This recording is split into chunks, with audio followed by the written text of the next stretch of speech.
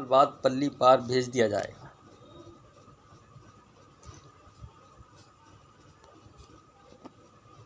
एक देश में ये नियम था कि किसी को राजा बनाया जाता था तो 20 साल के बाद में उसको पल्ली पार भेज दिया जाता था। नियम ये था कि जो 20 साल के बाद में जो राजा की नियुक्ति होती थी वो उनका नियम था कि गंगा जी के किनारे जो भी मनुष्य उनको मिलता था उसको वो हार पहना दिया करते थे, उसको राजा नियुक्त कर देते थे और उससे कह दिया कर देते कि 20 साल के लिए आप राजा हो हमारे और 20 साल के बाद में आपको पल्ली पार भेज दिया जाएगा। ऐसा उनका नियम था।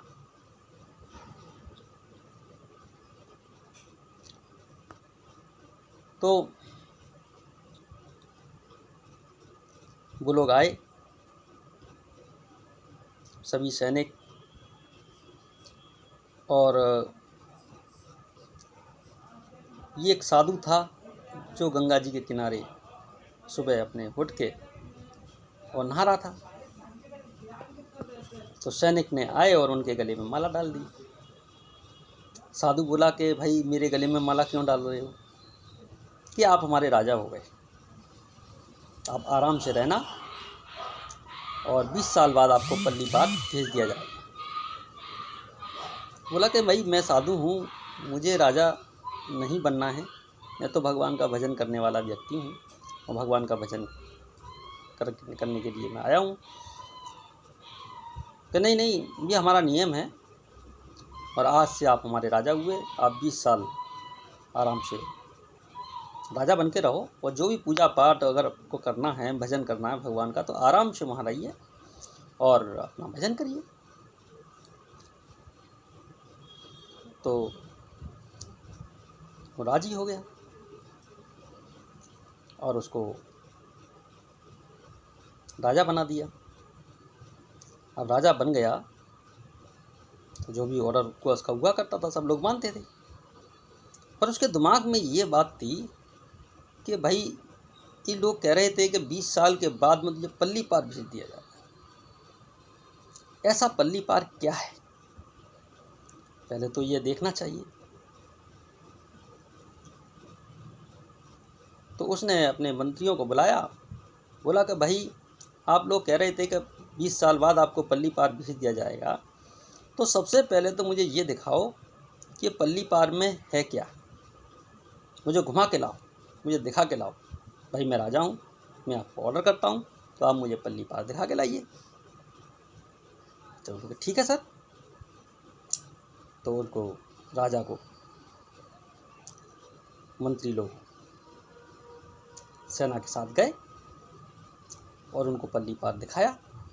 तो पल्ली पार में घना जंगल था, शेर, चीते, खूंखार जानवर थे और बहुत घना जंगल था। तो क्या आप पल्ली पार आप मुझे यहीं पे, कि हाँ हमारे यहाँ नियम है कि 20 साल तक राजा बनता है, उसके बाद में हम जंगल में इसको छोड़ देते हैं, तो चीते बगैर शेर वगैरह सब उसको खा जाते हैं। जी हमारा नियम है।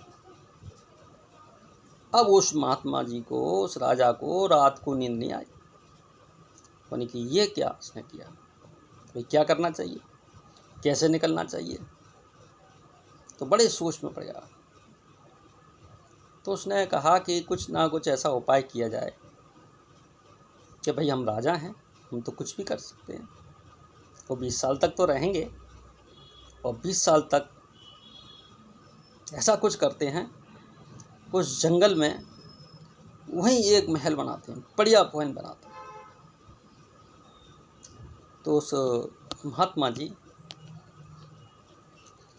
तो माइंड तो रहता ही है, महात्मा जी हैं, भगवान की भक्ति करने से माइंड अच्छा हो जाता है। तो उन्होंने क्या किया कि जंगल में आग लगवा दी।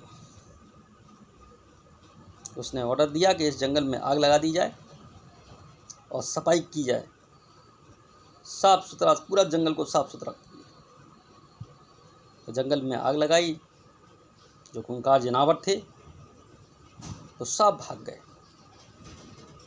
और उसने वहाँ पे एक बहुत अच्छा, जिस महल में वो राजा रहता था उससे भी अच्छा महल उसने बनाया, सुंदर बाग बगीचे बनाए,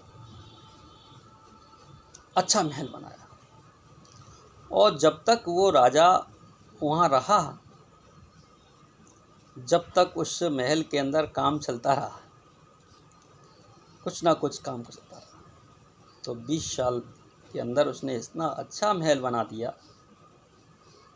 कि अब मुझे पल्ली पार भेजेंगे तो मैं अपने महल में जाकर रहूँगा, जो मैंने सुंदर महल बनाया है।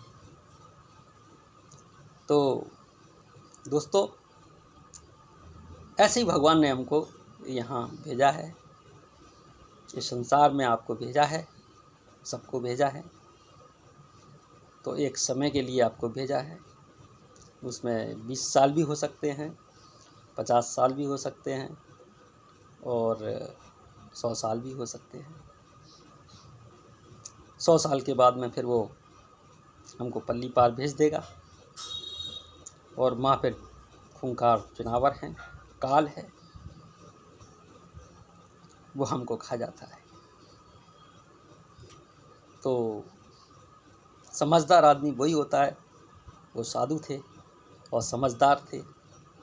तो उन्होंने क्या किया कि उस 20 साल में अपना महल बनाया, और ऐसा महल बनाया कि इसमें लगातार काम चलता रहा।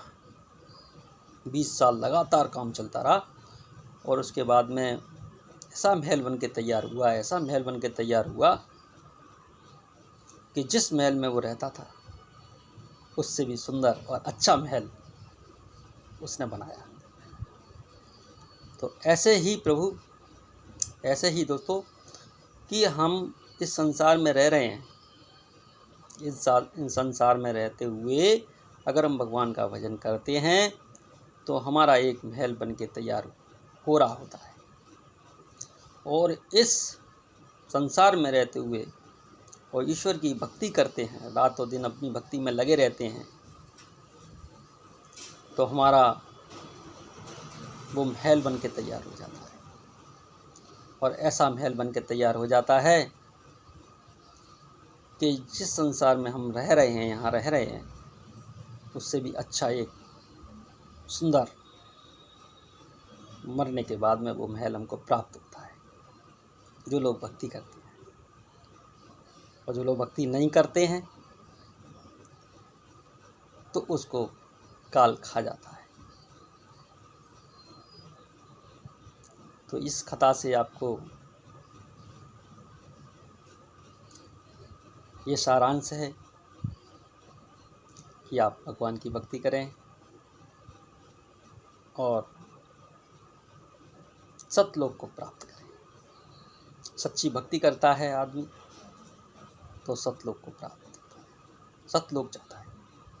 वहाँ पे यहाँ से अच्छा सुख है, वहाँ जीवन नहीं है, वहाँ मृत्यु नहीं होती, वहाँ बीमारी नहीं होती, और वहाँ सुख ही सुख है, जीवन मरण से मुक्त हो जाता है,